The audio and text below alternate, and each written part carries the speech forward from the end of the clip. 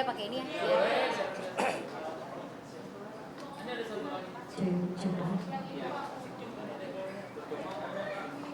Ya terlalu eho ya.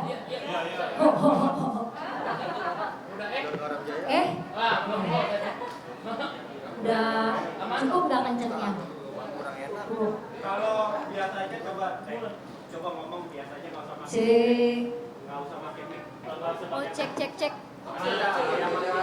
Kayaknya aku nanti teriak soalnya.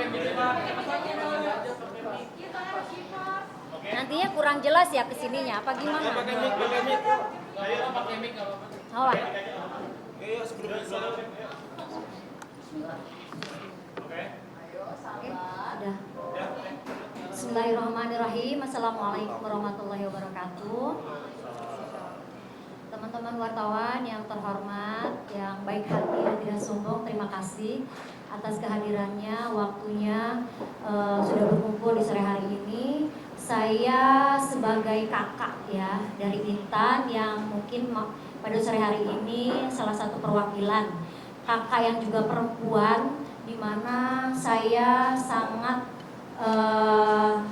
prihatin dengan terjadinya kasus Intan ini. Dan seperti teman-teman semua ketahui, dan saya di sini juga mau memperkenalkan tidak hanya Intan yang hadir, tapi juga ada omnya yang mewakili keluarga besar Intan. Baik, mungkin sedikit sebelum Intan nanti akan bicara, saya akan menyampaikan sesuatu yang terkait dengan kondisi baik fisik dan mental Intan pada saat ini. Tentunya hal ini sangat mengguncang baik fisik maupun mental. Intan mengalami trauma yang cukup berat, dan tentunya juga kita besar harapan teman-teman butuh dukungan dari rekan-rekan wartawan ataupun teman-teman di rumah, seluruh masyarakat. Mudah-mudahan tidak terjadi opini-opini yang membuat juga Intan cukup kepikiran, karena dia memiliki fokus yang cukup berat, baik kasusnya di kepolisian ataupun juga dia harus menata hati dan fisiknya juga. Dia harus juga membagi-bagi fokusnya juga terhadap anak-anaknya juga.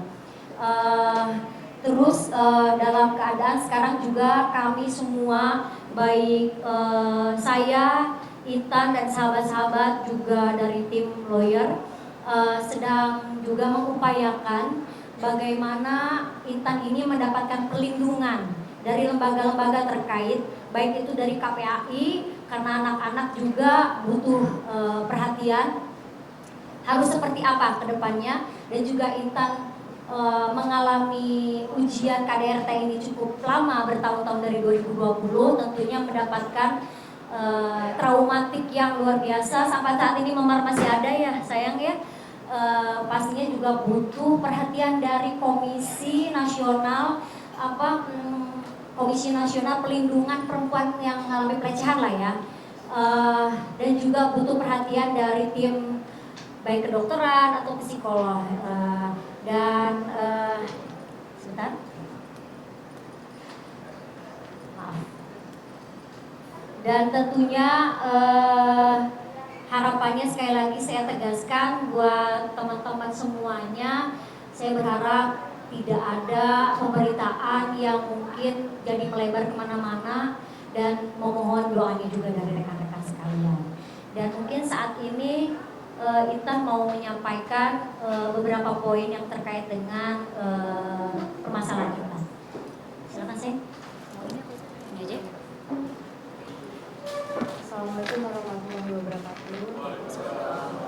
Makasih banyak teman-teman udah datang ke sini jauh-jauh. Mungkin ada beberapa hal yang mau Intan klarifikasi, juga ingin mengucapkan terima kasih banyak dulu, yang terutama untuk Pak Dasko, terus Bapak Habibur Rahman yang udah membantu kasus ini, pihak Polres Bogor terutama yang cepat dalam menangani kasus ini.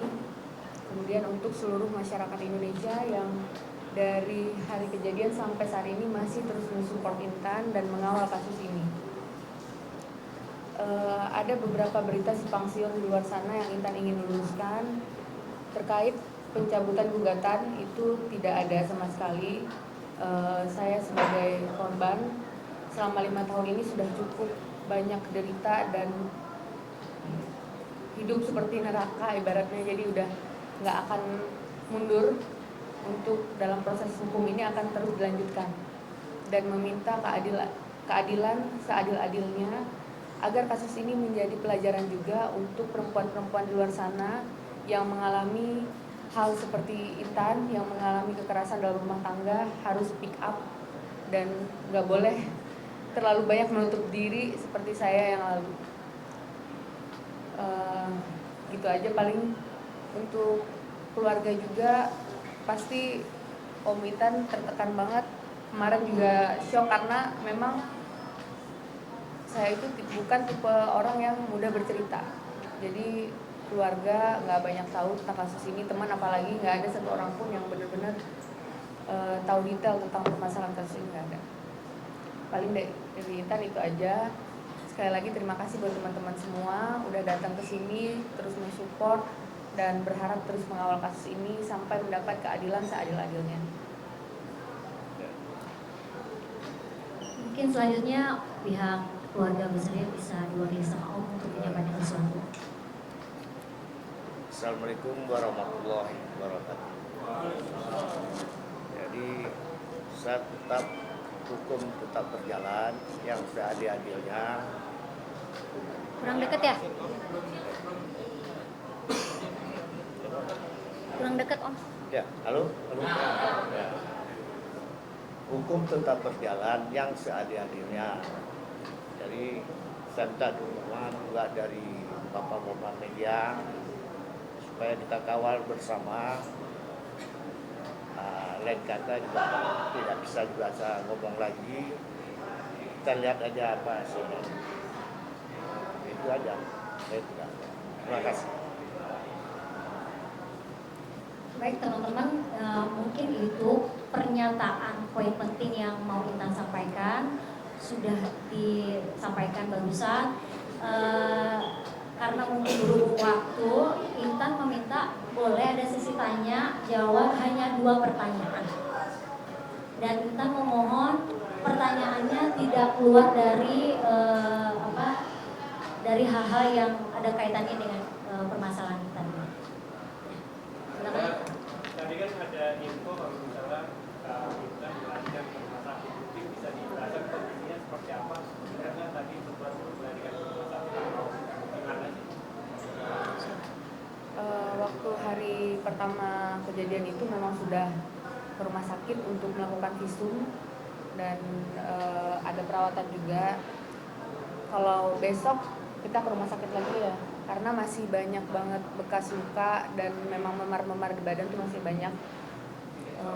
Pokoknya mohon doanya terus ya teman-teman, semoga cepat sehat juga. Sebenarnya kondisi Intan sekarang mungkin kelihatan baik-baik aja karena emang udah biasa kayak gini.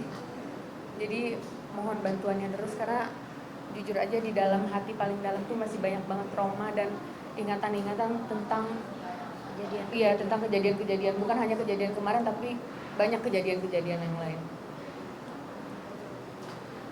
Kenapa sih baru musyrikah sekarang kemarin beberapa akhir-akhir itu kan udah kejadian kita tahun kemarin 2020.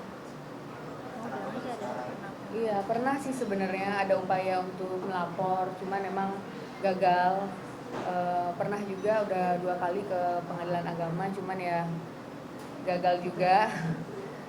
Ya memang mungkin saya berpikir pelaku KDRT ini kan dulu saya nggak sadar nih apakah dia bisa berubah atau enggak. Saya berpikir Berharap bisa berubah ya. Ya berharap banget sebenarnya untuk dia tuh berubah.